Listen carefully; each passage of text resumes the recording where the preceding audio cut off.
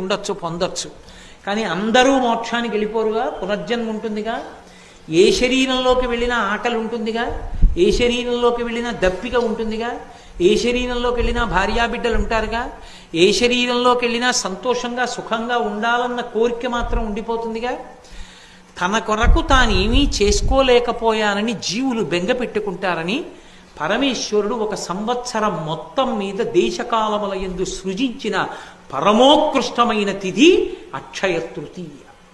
దాని పేరే అక్షయ తృతీయ. అది ఒక్క వైశాఖ మాసంలోనే. ఈ అక్షయ తృతీయకి గొప్పతనం ఏంటంటే, ఈ శరీరాన్ని విడిచిపెట్టి జీవుడు ఇంకొక శరీరానికి వెళ్ళిపోయినప్పుడు కూడా చేసిన పుణ్యాన్ని అనుసరించే ఇస్తారు. కర్ణుడి యొక్క కథలోంచి వచ్చింది అక్షయ తృతీయ.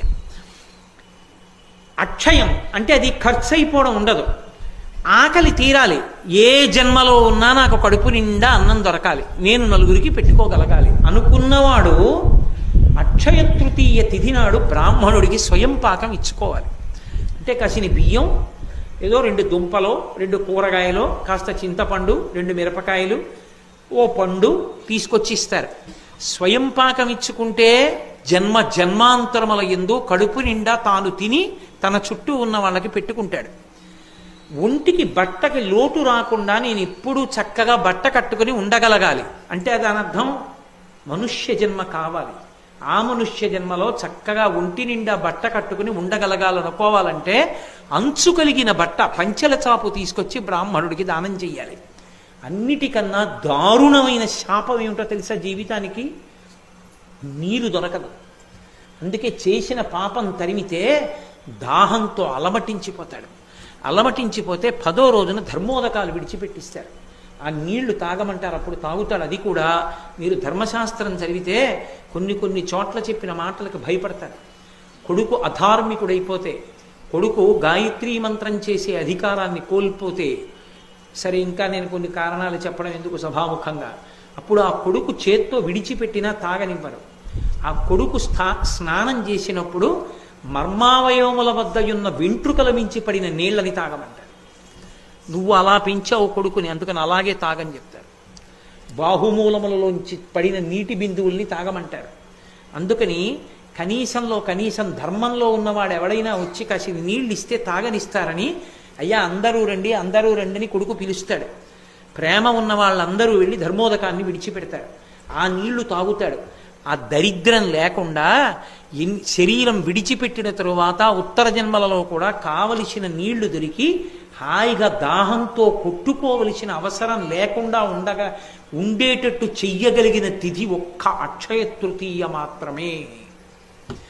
అక్షయ తృతీయ నాడు పూజ బాగా కడిగేసి, లేకపోతే కుండ బాగా కడిగేసి దాంట్లో చక్కగా నీళ్లు పోసి, అప్పటికప్పుడు తాగడానికి యోగ్యంగా ఉండాలి, మట్టి కంపు కొట్టకూడదు.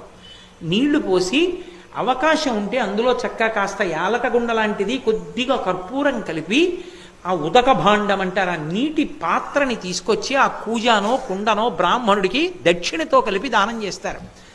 ఓపికని బట్టి 6, 11, 16, 116లో ఏది ఉంటే అది. దాని చేత ఆకలి దప్పిక తీరుతాయి. ఇంకా విశేష ఫలితాలు ఏవి అంటే, వేసవి కాలం కాబట్టి చెప్పుల జతిస్తారు, గొడుగిస్తారు, ద్రవ్యం ఇస్తారు. అక్షయ తృతీయ నాడు తప్పకుండా దానం చేసుకోవాలి. అది కూడా నేను మీతో ఒక మాట చెప్తున్నాను, భర్త వచ్చి దానం చేస్తే చాలు, కానీ ప్రయత్నపూర్వకంగా సువాసిని అయిన స్త్రీ, 5వ తనం ఉన్నటువంటి ఆడవాళ్ళు భర్తతో కలిసి వచ్చి చక్కగా బ్రాహ్మణుడికి ఇచ్చేటప్పుడు అథవా 2 జాకెట్టు బట్టలు పెట్టి అందులో పసుపు కుంకాలు పెట్టి ఇచ్చుకుంటే, ఇవ్వగలిగో చీర ఇస్తే మంచిది. గాజులు పసుపు కుంకం ఇచ్చుకుంటే జన్మాంతరములకు యోగ్యమైన భర్తతో సువాసినిత్వాన్ని పొందుతారు. అక్షయం కదండి, అది ఖర్చు అయ్యేది కాదు. కాబట్టి రేపటి తిథిని జార విడుచుకుంటే అంతకన్నా మూర్ఖత్వం ఇంకోట్లేదు. అక్షయ తృతీయ నాడు బంగారం కొనుక్కోవడం అంటే పాపం కొనుక్కోవడం. కలిపురుషుడు బంగారంలో ఉంటాడు. అక్షయ తృతీయ నాడు బంగారం కొనుక్కోమని ఎవడు చెప్పాడో నాకు అర్థం కాదు, ఎక్కడా లేదు అలాగా. అక్షయ తృతీయ నాడు ఉతక భాండం దానం చేయాలి, స్వయం పాకం ఇవ్వాలి, ద్రవ్యం ఇవ్వాలి, చెప్పుల జత ఇవ్వాలి, లేకపోతే గొడుగు ఇవ్వాలి, లేకపోతే బట్టలు ఇవ్వాలి. అంతేకాని ఇలాంటి పిచ్చి పనులు చేసి బంగారాలు కొనుక్కుని ఇంట్లో పెట్టుకోరు. పాపం వృద్ధి అవుతుంది, అక్షయం అవుతుంది.